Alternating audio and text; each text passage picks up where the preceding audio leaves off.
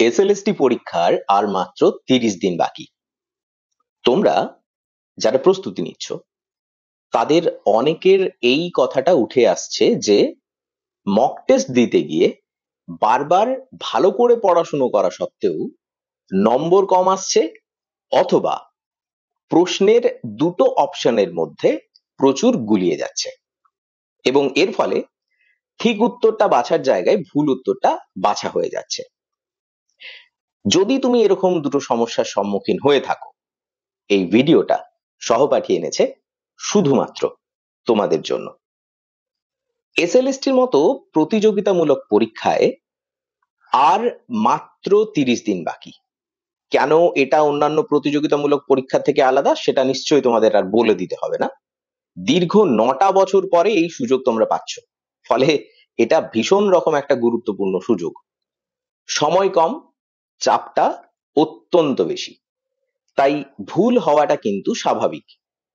কিন্তু ঠিক তখনই যখন তুমি ভেবেছিলে যে প্রস্তুতি ভালোই চলছে, হঠাৎ দেখলে যে মক টেস্টের নম্বর কিন্তু পড়ে যাচ্ছে, অর্থাৎ তুমি যতটা চাইছিলে, আশা করছিলে ততটা কিন্তু যাচ্ছে না। আরো খারাপ তখনই হচ্ছে যখন দুটো অপশন প্রায় গায়ে গায়ে লেগে থাকছে এবং তুমি যখনই একটা উত্তরের অপশনের সঙ্গে যাচ্ছ, তুমি বেশিরভাগ ক্ষেত্রে কিন্তু ভুলটা সেখানেই করে দিচ্ছ।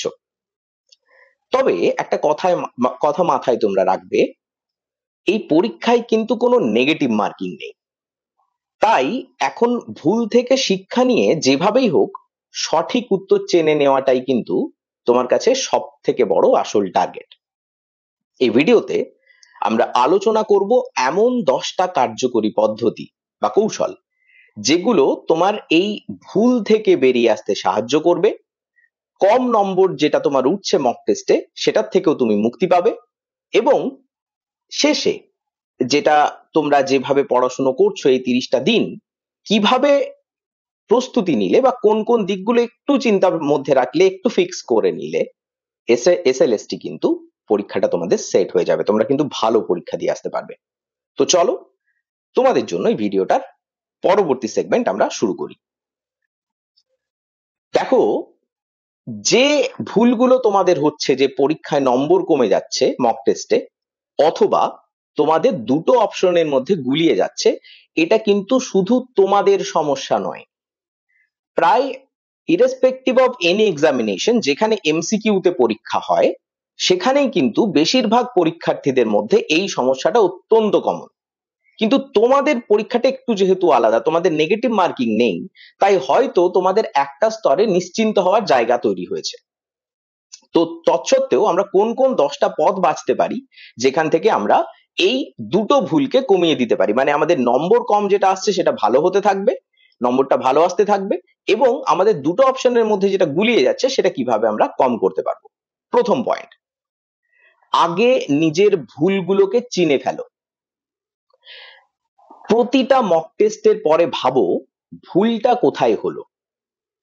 তথ্য জানো না, নাকি চিন্তা ভাবনার তোমার গন্ডগোল হলো? ঠিক কোন ধরনের প্রশ্নে তুমি বেশি ভুল করছো? ভুলগুলো খুঁজে বার না করলে বারবার কিন্তু তোমার এই ভুলটা হতেই থাকবে। এই নিজের একটা ভুল তোমাকে মাল্টিপল এক্সামিনেশনে, মানে মক টেস্টে, তোমাকে কিন্তু মাল্টিপল ভুলের একটা পাহাড় তৈরি করে দেবে। তো সব থেকে ভালো হয় একটা ভুল খাতা তৈরি করো। ভুল খাতা বলার অর্থ হলো একটা ছোট্ট নোটবুক, যেখানে তুমি তোমার ভুল ভ্রান্তিগুলো টুকে রাখতে পারবে, পরের পরীক্ষার আগে যেন সেইখান থেকে আর ভুল না হয়। এটা গেল 1 নম্বর পয়েন্ট। দ্বিতীয় যে পয়েন্টটা তোমরা ফলো করতে পারো, ভীষণ কার্যকরী, সেটা হচ্ছে মক টেস্ট দাও কিন্তু বিশ্লেষণ ছাড়া নয়। সত্যি কথা বলতে, শুধু মক টেস্ট দিলে, পরেরটা দিলে, তারপরেরটা আবার দিলে এবং তোমরা শুধু নম্বরটা ক্যালকুলেট করলে, এতে করে কিন্তু তোমার কোনো লাভ নেই। যদি বিশ্লেষণটাই না করো, তোমার প্রত্যেকটা পরীক্ষাতে কত নম্বর আসছে এবং কম নম্বর যদি আসে সেটা কেন আসছে, বা তুমি যদি দুটো অপশনের মধ্যে ভুল করলে তাহলে সেটা কেন করলে, এই বিশ্লেষণটা তুমি যদি আত্মবিশ্লেষণটা না করো, তাহলে কিন্তু তুমি আইডেন্টিফাই করতে পারবে না, চিহ্নিত করতে পারবে না যে তোমার ভুলটা কেন হলো। প্রতিটা প্রশ্নের উত্তর চেক করো এবং দেখো কোন প্রশ্নের উত্তরটা ঠিক হচ্ছে এবং কোন প্রশ্নের উত্তরটা ভুল হলো, এবং ভুল হলো যদি সেটা কেন ভুল হলো সেটা খুঁটিয়ে বোঝো। দিনে যদি একটা করেও মক টেস্ট দাও, তার বিশ্লেষণটা কিন্তু পুরোটা করো। অর্থাৎ তুমি যেহেতু একটা পরীক্ষা দিচ্ছ 60 নম্বরের এমসিকিউর, সেখানে কিন্তু তোমার শুধু 60 নম্বরের এমসিকিউর পরীক্ষা দিচ্ছ না, 60টা প্রশ্নের বিশ্লেষণ করছো, মানে 60টা সম্ভাবনা তুমি খতিয়ে দেখছো। ফলে তুমি অত্যন্ত দ্রুতভাবে নিজের এই খারাপ সিচুয়েশন থেকে বেরিয়ে আসার পথ কিন্তু খুঁজে পাবে। বিশ্লেষণটা তাই করো। তৃতীয় যে পথটা আছে সেটা হচ্ছে, দুটো অপশনের ফাঁদে পড়লে যুক্তি দিয়ে ভাবা শুরু করতে হবে। দুটো অপশনের ফাঁদে পড়লে, প্রায় ক্লোজ দুটো অপশন তোমার রয়েছে, তুমি ওই দুটো অপশনেই আটকে যাচ্ছ এবং তুমি প্রায় শিওর যে এই দুটো অপশনেরই কোনো একটা উত্তর কিন্তু বটে, কিন্তু তুমি ঠিক করে বুঝতে পারছো না, স্যাঙ্গুইন হতে পারছো না, কনফার্ম করতে পারছো না যে এটাই উত্তর বলে। যখন এই যে দুটো অপশন ঠিক করতে তুমি পারো না, তখন হুট করে কোনো একটাই কাইন্ডলি টিক করে দিও না বা সেটাকে মার্ক করে দিও না। প্রশ্নটা দরকার হলে আবার পড়ো, নিজেকে জিজ্ঞেস করো করো এই প্রশ্নটা থেকে আমার কাছে কোন প্রশ্নটা করা হয়েছে, কি জিজ্ঞেস করা হয়েছে আমার কাছে। তুমি দেখবে একটু থেমে, একটু ব্যাক গিয়ারে এসে যদি একটু ভাবো প্রশ্নটাকে নিয়ে দুদণ্ড, তুমি কিন্তু উত্তরটার যুক্তিটা সাজাতে শুরু করতে পারবে।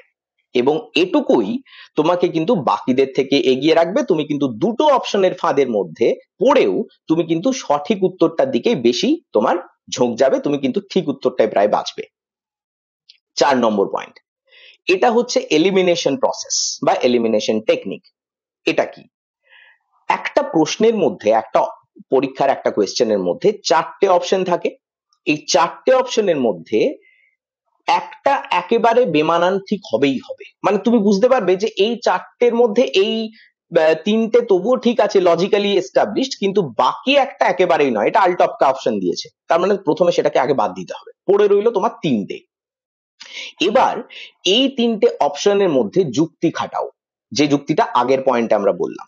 তুমি যত বেশি যুক্তিসঙ্গত ভাবে সেটাকে সাজাবে প্রশ্নটা জিজ্ঞাসা অনুসারে, তুমি দেখবে এলিমিনেশন প্রসেসে তুমি কিন্তু পেছন দিক থেকে যে অপশন গুলো আছে সেগুলোকে বাদ দিতে থাকবে।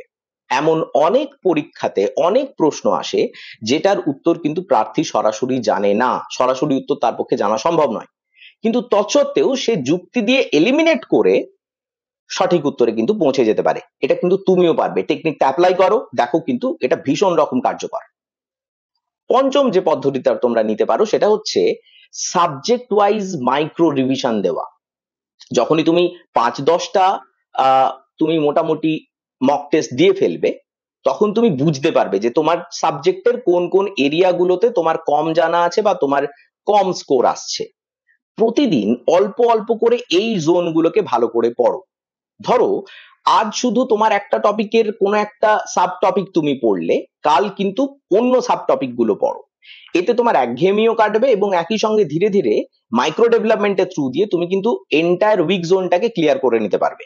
এটাও কিন্তু তোমার নম্বরও বাড়াবে এবং তোমার ওই দ্বন্দ্ব যেটা আসছে দুটো অপশনে সেটাকেও কিন্তু কাটিয়ে ফেলবে। ষষ্ঠ যে পদ্ধতিটা তোমরা নিতে পারো, 6 নম্বর, সেটা হচ্ছে নিজেকে নিজেই কুইজ করো। এটা হচ্ছে সেলফ কোয়েশ্চেনিং এর মতো। তুমি 20 মিনিট একটা কোনো টপিক পড়লে, তারপরে নিজেকেই প্রশ্ন করো যে এই প্রশ্নটার মধ্যে থেকে বা এই টপিকটার মধ্যে থেকে আমি কোন কোন জিনিসগুলো জানলাম বা শিখলাম, বা আমাকে যদি প্রশ্ন করতে বলা হয় আমি কোন কোন টপিক গুলো থেকে কেমন কেমন প্রশ্ন করব। এতে করে তুমি দেখবে তুমি নিজেই বুঝতে পারছো যে কোন টপিকের মধ্যে কোন কোন প্রশ্নগুলো সব থেকে বেশি গুরুত্বপূর্ণ। যখন তুমি এই টপিক গুলোকে এভাবে বেছে নিতে শুরু করবে, তখন কিন্তু তুমি এই সেলফ কুইজিং এর মাধ্যমে নিজেকে একটা কোয়েশ্চেনার দিতে পারবে, একটা প্রশ্ন, পুরো প্রশ্নের বাঞ্চ দিতে পারবে, একগুচ্ছ প্রশ্ন দিতে পারবে যেগুলো তোমার সেলফ মেড। ফলে এইটা তোমাকে কিন্তু ভুলের থেকে অনেক দূরে নিয়ে যাবে। সপ্তম যে পয়েন্টটা তোমরা ফলো করতে পারো, যে অপশন গুলো তুমি ভুল করছো সেগুলোকে লিস্ট করে রাখো। প্রতিবার যেসব অপশন দেখে তোমার গুলিয়ে ফেলছো তুমি উত্তরগুলোকে, সেগুলোকে যখনই তুমি আলাদা করে নোট করে রাখবে এবং সেগুলোকে বারবার দেখবে, সেগুলোও কিন্তু তোমার মনে গেঁথে যাবে। আর এতেই কম সময়ে কিন্তু তুমি টার্গেটেড ওয়েতে প্রশ্নগুলোকে কিন্তু সুন্দরভাবে সাজিয়ে ফেলতে পারবে। এটাও কিন্তু একটা দুর্দান্ত পদ্ধতি, যার মাধ্যমে তুমি কিন্তু কম সময়ে তোমার সিলেবাসের বেশিরভাগ পড়াটাকে কিন্তু সাজিয়ে আনতে পারবে। এটা তোমরা ফলো করতে পারো। এবং এখানে আরেকটা কথা অ্যাডিশনাল আমি বলে দিতে চাইছি, সেটা হচ্ছে যখন তোমরা এই লিস্টটা করবে সেখানে তুমি দেখো যে কোন এই লিস্টটার মধ্যে থেকে বেশিরভাগ প্রশ্ন কোন কোন চ্যাপ্টার গুলো, সেগুলোকেও তোমরা মার্ক করে নেবে এবং একইভাবে পড়াটা করবে। এতে করে তোমাদের সহজে কম সময়ে বেশিরভাগ portion of your syllabus will be covered. এটা কিন্তু খুব ভালো রকম একটা পদ্ধতি তোমরা অবলম্বন করতে পারো। অষ্টম যে পয়েন্টটা আছে সেটা হচ্ছে কনফিউজিং কনফিউজিং যতগুলো টপিক তোমার সামনে আছে সেগুলোর জন্য আলাদা করে টেবিল বানাবা, সেগুলোকে আলাদা করে মার্ক করো। ধরো কোনো একটা চ্যাপ্টার বা কোনো একটা টপিক আছে যেটা তোমার বারবার গুলিয়ে যাচ্ছে, তাহলে সেই টপিকটা কিন্তু তোমার বিশেষ মনোযোগ দাবি করে। এই বিশেষ মনোযোগ যখন তোমার দাবি করছে সেটা কিন্তু তুমি আলাদা করে ওটাকে মার্ক না করে পড়লে হবে না। এবং এটার পদ্ধতি হলো এটাকে রিপিটেড রিভিশনের জন্য নিয়ে যাওয়ার বা এটাকে পড়াশোনার মধ্যে সুন্দরভাবে সাজিয়ে আনার একটা অত্যন্ত গুরুত্বপূর্ণ বিকল্প হলো, পদ্ধতি হলো যে যখনই তুমি তোমার এই কনফিউজিং টপিক গুলোর লিস্টটাকে বারবার পড়ছো বা এই টপিক গুলোকে বারবার ধরে রিভিশন দিচ্ছ, চেষ্টা করো ভিজুয়ালাইজ করতে টপিক গুলোকে। একটা টপিক পড়ে নিলে এইবার টপিক থেকে সরে যাও, বাইরে কোথাও দাঁড়াও, দিয়ে চুপচাপ ভিজুয়ালাইজ করার চেষ্টা করো পর পর ক্রমটা, যে কোনটার পরে কোনটা পড়লে। এতে করে তোমার মনের মধ্যে কিন্তু ওই পড়াটা সুন্দরভাবে গেঁথে যাবে, যে ভুলটা তোমার হচ্ছে সেটা কিন্তু হবে না। নবম যে পয়েন্টটা তোমরা অনুসরণ করতে পারো, এটা ভীষণ গুরুত্বপূর্ণ, যে একটা সময় কিন্তু একটাই টপিক পড়ো।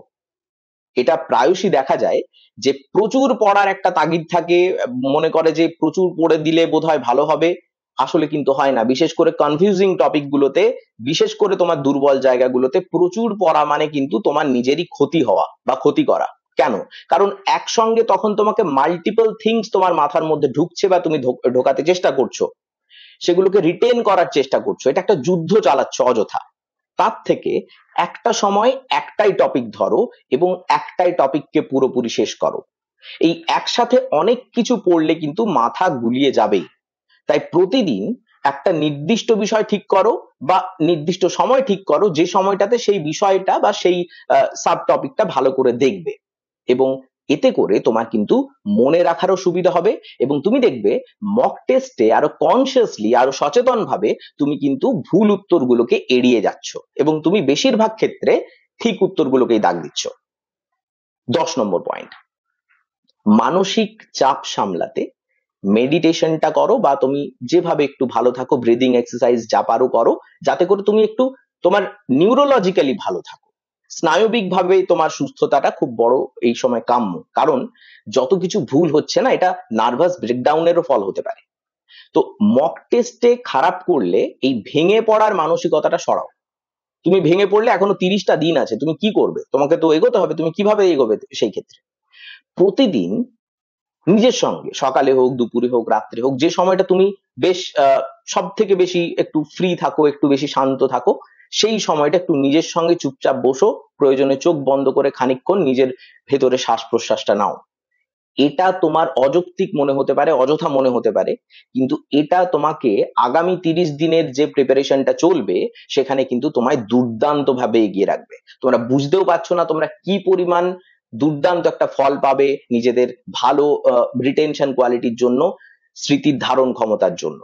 এবং এই যে 10টা পয়েন্ট আছে, এই 10টা পয়েন্টকে তোমরা যদি ভালো করে অনুসরণ করো এবং এই অনুসরণ করার মধ্যে তোমার যদি একটা ধৈর্য থাকে, যে কথাগুলো বলা হলো সেই কথাগুলোকে যদি পয়েন্ট ওয়াইজ তোমরা নোট ডাউন করো এবং সেই অনুসারে তোমরা যদি প্ল্যানটাকে রেডি করো, আগামী 30 দিনে তোমরা কিন্তু নিজেদের ভবিষ্যৎ বদলে ফেলতে পারো, নিজেদের যেটা ভবিতব্য সেটা কিন্তু বদলে ফেলতে পারো।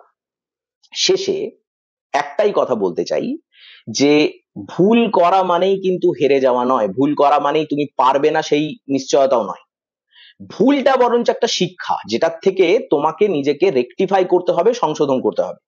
তাহলে যদি কেউ ভুলই করে যেত, এবং তাহলে কেউ জিততোই না, কিন্তু ভুল থেকে মানুষ শেখে বলেই মানুষ জেতে। তুই ভুল যখনই তোমরা করবে তখনই এই শিক্ষাটা তোমরা নাও এবং সেটাকে প্রয়োগ করো। আগামী 30 দিন ধরে সচেতন ভাবে নিজের অনুসারে নিজেকে পাল্টাও, নিজেকে বদলাও। তখন তুমি দেখবে এই ক্ষেত্রে একটা ব্যাপক রকম কিন্তু তোমার অভিজ্ঞতা বাড়বে, যেখানে তোমার পরীক্ষার ক্ষেত্রে তো বটেই, তোমার সামগ্রিক জীবনেও একটা কিন্তু ভীষণ দখল তুমি কিন্তু তৈরি করতে পারবে। সামনের পরীক্ষা তোমাদের ভালো হোক, তোমাদের জন্য প্রার্থনা রইল। আমরা পরের ভিডিও নিয়ে আবার আসছি, ততক্ষণ পর্যন্ত লেগে থাকো, জেদে থাকো।